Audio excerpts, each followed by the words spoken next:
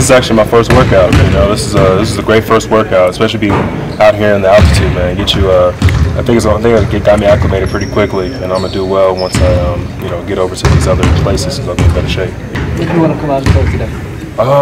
Man, just show how my running's gotten better, to show my shooting touch, show a little bit of post game, how I'm vocal, just to show all aspects of my game. How was it working out in Vegas yesterday and then flying into Utah today, kind of going on a back-to-back? It was a little tough, but that's the life you head into. You got to be able to be on your toes at all times. How different is it to work out against you didn't work out against other players yesterday in Vegas, but you did have the chance to work out against guys today, guys like Trey Lyles. How is that different from you? It's not different at all, actually. The past 2 months I've been in Vegas working out against some guys, doing some one-on-one in the post, some 3-on-3 stuff, 2-on-2 stuff. Yesterday was more just kind of a, show what you got kind of thing. Your matchup with Trey Lyles today, how did that go? Oh, well. We battle, man. It's all about competition. When you're working out for teams, some mocks have you going, in this slot, like 11, 12, 13. Does that put a little extra emphasis on these kind of workouts for teams that you very well could end up with? Oh, not at all, man. You want to go out here with all these teams, build great relationships, and show what you got. I mean, no workout's more important than the other. How much do you pay attention to those mocks? I don't pay attention at all. That's what an agent's for. You mentioned this is your first workout for a team. Are you limiting the number of workouts you're doing for a specific few teams you think would select you in a certain range? Personally, I'm not sure. I'm just, like I said, this is my agent's for. He's going to go out there and set things up for me. I'm just going to go show what I got. Did the Jazz have anything specific that they wanted to see from you?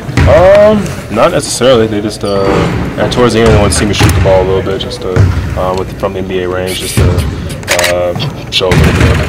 What do you like about the Jazz franchise?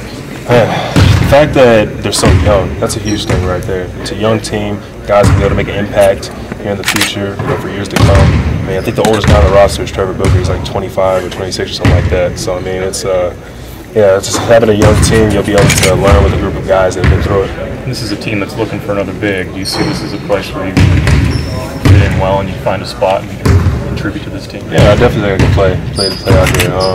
Coming out here, building a relationship with the coaching staff, that's been huge. I've had a couple of interviews with them in the past, combine, talked to them, and I'm pretty sure my agents talked to them as well. But I see myself coming here and making it. It's kind of like a job interview, so when they ask you what skills do you bring, what can you do for us, what do you tell them?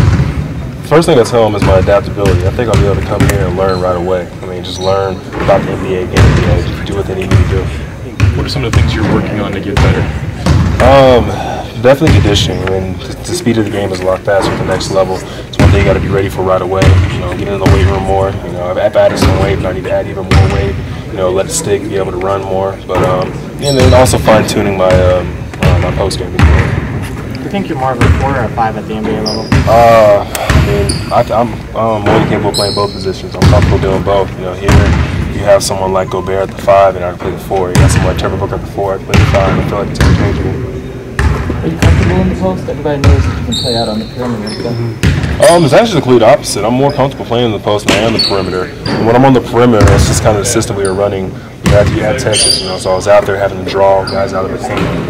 But I'm comfortable playing in the paint. How was your NBA three? I mean, you saw you hit deep shots in college, but are you hitting that consistently right now? Yeah, it's starting to. It's an adjustment. I think my numbers were pretty bad shooting in college, but I'm definitely a lot better shooter than what I showed. I think I've been working on it a lot more. Just got to get a little more consistent. That different than some of the others? This is my 4th one.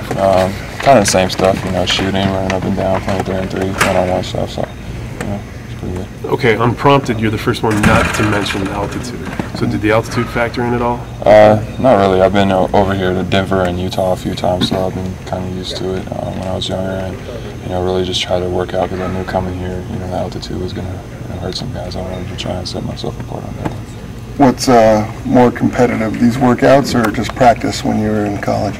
I probably have to say college practices. Going up against 9 All-Americans every day is pretty intense. So. How did that experience, just playing against that, level, day in and day out? How's that going to get you ready for the NBA? It's going to help a lot. Going to an NBA team, you're on a team full of guys that, in high school they was a man, in college they was a man. So, now you just got to go and, play your spot. So I think that's going to help me out a lot.